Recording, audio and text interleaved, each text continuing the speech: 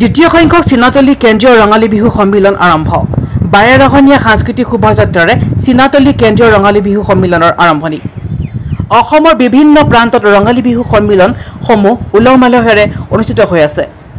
গোলাঘাটৰ বৃহত্তৰ চীনাতলী গাঁৱতো চীনাতলী উচ্চতৰ মাধ্যমিক বিদ্যালয় খেলপথাৰত চীনাতলী যুৱকবৃন্দৰ আজিৰ পৰা দুদিনীয়া বৰ্ণাঢ্য কাৰ্যসূচীৰে দ্বিতীয় সংখ্যক কেন্দ্ৰীয় ৰঙালী বিহু সন্মিলন অনুষ্ঠিত হৈছে পতাকা উত্তোলনেৰে চীনাতলী কেন্দ্ৰীয় ৰঙালী বিহু সন্মিলনৰ কাৰ্যসূচীৰ শুভাৰম্ভণি কৰে আয়োজক সমিতিৰ সভাপতি তুষাৰজ্যোতি শৰ্মাই ইয়াৰ পিছতে স্মৃতি দৰ্পণ কাৰ্যসূচী ৰূপায়ণ কৰা হয় এই কাৰ্যসূচী ৰূপায়ণ কৰে চীনাতলী উচ্চতৰ মাধ্যমিক বিদ্যালয়ৰ অধ্যক্ষ মেঘমোহন বৰা আৰু যুৱ নেতা ববুবাহন শইকীয়াই পৰৱৰ্তী কাৰ্যসূচী হিচাপে বৃক্ষৰোপণ সম্পন্ন কৰা হয় প্ৰথম দিনা আকৰ্ষণীয় কাৰ্যসূচী হিচাপে এক 12ৰহনীয়া সাংস্কৃতিক শোভাযাত্ৰা উলিওৱা হয় এই প্ৰতিযোগিতামূলক সাংস্কৃতিক শোভাযাত্ৰা আনুষ্ঠানিকভাৱে উদ্বোধন কৰে নিউজ লাইভৰ জ্যেষ্ঠ সাংবাদিক সমীৰণ দিগন্ত বৰাই জিলাখনৰ কেইবাটাও সাংস্কৃতিক দলে অংশগ্ৰহণ কৰা এই 12ৰহনীয়া সাংস্কৃতিক শোভাযাত্ৰাত বিহুৰ লগতে বিভিন্ন জাতি জনগোষ্ঠীৰ সংস্কৃতিৰ সমাহাৰেৰে সকলোৰে দৃষ্টি আকৰ্ষণ কৰে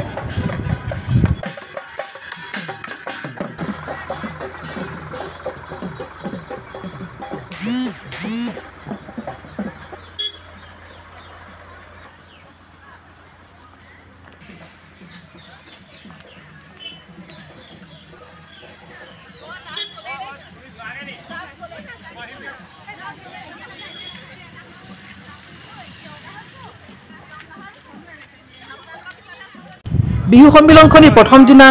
কণিজু জেং বিহু প্ৰতিযোগিতা সৃষ্টিশীল নৃত্য প্ৰতিযোগিতা সৰু বিহুৱতী প্ৰতিযোগিতাকে ধৰি কেইবাটাও সাংস্কৃতিক কাৰ্যসূচী অনুষ্ঠিত হয় লগতে নিশাৰ ভাগলৈ জিলাখনৰ দুগৰাকী উদীয়মান কণ্ঠশিল্পীয়ে সাংস্কৃতিক অনুষ্ঠান পৰিৱেশন কৰিব বুলি আয়োজকে আমাক জানিবলৈ দিছে ভাস্কৰ ৰাজগুৰুৰ ৰিপৰ্ট গোলাঘাট ডায়েৰী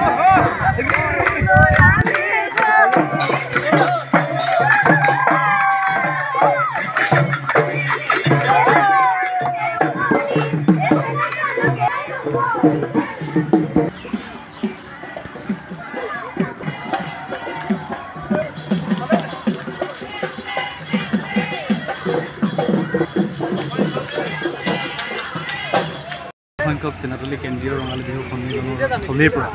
আমি সমূহ অসমবাসী ৰাইজলৈ বহাগ বিহুৰ দেৰিকৈ হ'লেও ওলগ যাছিলোঁ হয়